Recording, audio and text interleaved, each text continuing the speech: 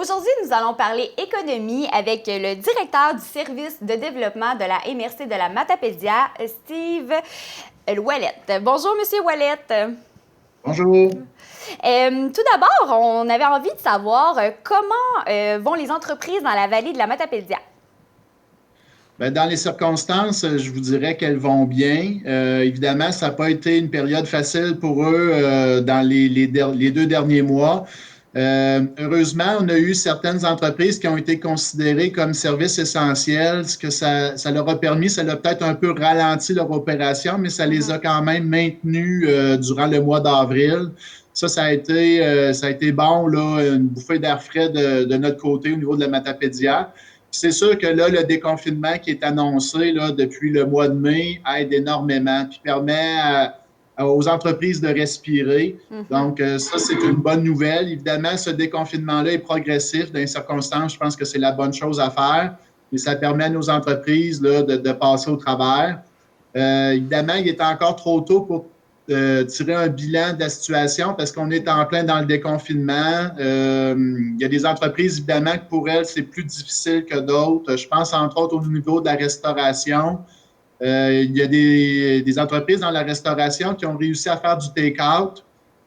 Ça leur a permis de maintenir là, puis de respirer. Mais il y en a qui n'ont pas pu le faire. Fait que ça, c'est sûr que pour eux, c'est pas une période très facile. Puis, on ne parle pas encore là, de mesures de déconfinement à ce niveau-là avant peut-être fin juin, début juillet. Donc, je suis sûr que ces entreprises-là ont hâte d'entendre des bonnes nouvelles là, pour être capables de reprendre leur activité. Tout dans ce qui est dans le secteur touristique, évidemment, là, il y a beaucoup d'inquiétudes à ce niveau-là. Bon, il y a des nouvelles qui commencent à apparaître, mais de quoi va avoir l'air la saison touristique? Ça, je pense, c'est la grande question auquel on n'a pas de réponse encore.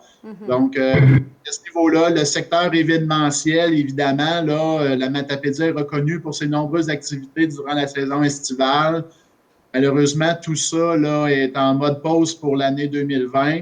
Fait que ça vient jouer aussi pour beaucoup d'entreprises, au niveau du loisir aussi. Donc, il y a des secteurs qui s'en tirent mieux que d'autres. Et il faudra voir là, le bilan qu'on pourra tirer de tout ça là, dans les prochains mois. Là. Oui, c'est difficile pour tout le monde, mais tout ce qui est tourisme, divertissement, restauration, j'avoue qu'on dirait que c'est une coche de plus là, parce qu'on a moins de nouvelles pour l'instant. Donc, l'insécurité doit être encore plus là, présentement pour eux. Puis, j'imagine aussi que même quand ça va recommencer pour tout le monde,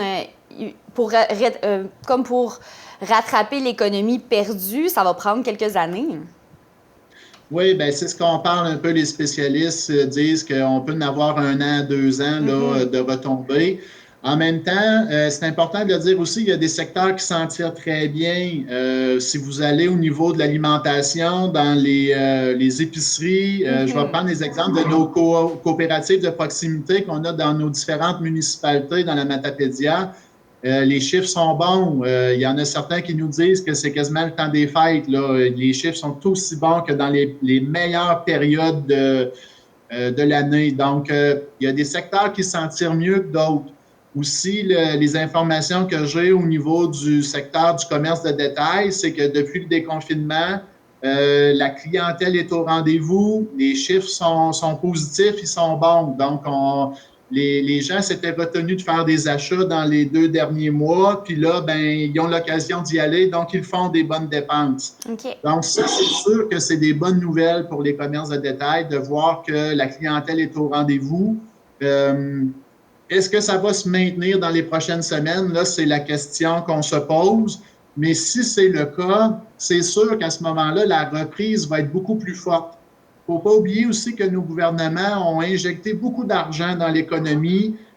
Donc, si la reprise se fait, ça pourrait se faire rapidement aussi. Puis peut-être que dans 1 an, on va regarder ça avec un recul en se disant, ben, hey, on est passé au travers. Quand on regarde l'histoire des 100 dernières années, les grosses crises auxquelles on a fait face, la reprise a toujours été aussi forte et encore plus vigoureuse après 1 an, 2 ans, 3 ans. Donc, les actions qui ont été prises au niveau fédéral et provincial devraient porter fruit, mais il faut se donner le temps. Puis évidemment, il faut toujours en lien avec la façon dont on gère le COVID aussi. Là. C'est sûr que s'il y a une deuxième vague qui apparaît cet automne, on peut se replonger dans une situation difficile. Mais ça, c'est l'inconnu. C'est ce qu'on va voir aussi. Là. Vraiment. Je présume qu'il y en a plusieurs qui ont utilisé les différentes mesures d'être disponibles émises par le gouvernement, mais est-ce qu'il y en a une mesure plus populaire que les autres, que nos entrepreneurs? Oui, le compte d'urgence fédéral qui a été mis en place il y a de cela quand même quelques semaines, c'est dans les premières mesures qui ont été annoncées au niveau fédéral, dans la possibilité d'aller chercher un prêt, puis s'il est remboursé dans les délais prescrits, il y a un montant de subvention de 10 000 qui est remis. Ça, c'est la mesure qui a vraiment fait, je dirais, la différence, puis qui a été populaire auprès des entrepreneurs. Il y a eu beaucoup de demandes à ce niveau-là, puis le délai de traitement est assez rapide. Il y a aussi là, la mesure de subvention salariale là, qui a été amenée pour le fédéral, qui a une certaine popularité, mais elle ne s'apprête pas à toutes les entreprises. Donc, il y en a qui l'ont utilisé, d'autres non. Donc, mais je dirais que c'est le compte d'urgence fédéral là, qui a vraiment été la mesure la plus populaire. Aussi, il y a différentes mesures qui ont été mises par la MRC de la Matapédia. Oui, de notre côté, nous, on a des entreprises qui ont des prêts avec nous par nos fonds locaux d'investissement, le FLS et le FLI. On a accordé un moratoire là, pouvant aller jusqu'à 6 mois pour les entreprises pour leur donner une chance là, de passer au travers. On a aussi là, mis en place avec le gouvernement du Québec un fonds d'urgence pour les petites et moyennes entreprises. C'est une possibilité d'un prêt qu'on peut aller chercher jusqu'à 50 000 pour, encore là, toute entreprise qui a eu à faire face au COVID, qui a eu une baisse de ses activités, bien, à ce moment-là, elle peut être admissible à cette mesure-là. C'est sous forme de prêt remboursable sur 3 ans. On a un taux d'intérêt à 3 donc qui est assez bas là, pour donner une chance à toutes nos organisations et entreprises. Les entreprises d'économie sociale sont admissibles aussi à ce prêt-là. Et on a reçu pour la Matapédia 580 000 du gouvernement pour être capable de supporter les entreprises face au COVID. Puis, on en a déjà au-dessus de 220 000 d'alloués là, pour des entreprises matapédiennes. Donc, on voit qu'il y a de la demande et on est capable d'aider nos entreprises à ce niveau-là. Donc, ça, je pense que ça a fait du bien. Puis, quand on prend en complément avec toutes les autres mesures qui ont été annoncées, il y en a une nouvelle aussi qui a été annoncée avec les SADC, là, qui est intéressante pour les entreprises matapédiennes. Donc, je pense qu'avec ça, là, on a un bouquet intéressant là, pour supporter nos entreprises. Ça a dû vraiment aider. Ressentez-vous une détresse psychologique chez nos entrepreneurs matapédiens? Je sens une inquiétude qui est palpable. Évidemment, et là, ça dépend des secteurs. Il y en a pour qui l'inquiétude, je pense, elle est normale. Il y a le fait aussi que tout change à chaque jour. Là. On fait une annonce, le lendemain, c'est différent, il y a des nouvelles modalités. On attend souvent, les mesures de déconfinement, on nous envoie ça au compte-gouttes. Fait que souvent, ça cause beaucoup d'inquiétude pour les entrepreneurs. Fait que le niveau de détresse dépend des secteurs. Dans le domaine de la restauration, dans le domaine touristique, le niveau d'inquiétude est énorme, puis c'est normal, on le comprend. Fait que de prendre le temps d'écouter nos entrepreneurs, de sentir qu'ils ne sont pas tout seuls là-dedans, je pense que ça leur fait du bien. Mais c'est clair que les prochaines annonces gouvernementales vont aider aussi à améliorer la situation. Oui, il y a des domaines plus difficiles que d'autres, donc ça doit être plus difficile aussi psychologiquement pour ces gens-là. Mais il y a aussi des gens qui ont utilisé un peu la pandémie, puis ont été très créatifs. Puis y a-t-il des nouveaux projets qui ont jailli dans la vallée durant la crise, qui auraient normalement peut-être pas jailli, là? Bien, il y en a différentes sortes, puis c'est difficile pour moi de toutes les énumérer parce que je ne veux pas en oublier, mais je regarde dans le secteur manufacturier, il y a beaucoup d'entreprises qui ont mis en place des mesures pour protéger leurs travailleurs.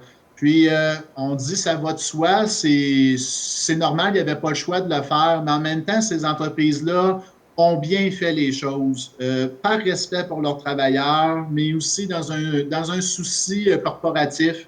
Ces mesures-là, elles sont importantes, puis je pense qu'il faut le dire que les entreprises ils ont bien fait leur devoir à ce niveau-là.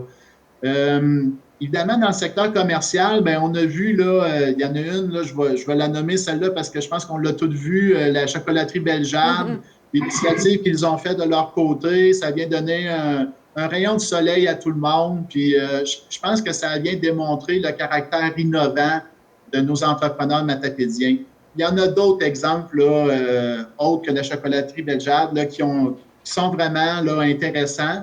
Je pense aussi, nos entreprises, on parlait de la restauration, mais il y en a beaucoup qui ont fait du take-out, ils se sont revirés de bord. Puis ça, je pense que c'est tout à leur honneur. Là. Puis ça a été très populaire auprès de la population matapédienne. Juste à voir les files d'attente, là, on voit que les gens apprécient ces initiatives-là.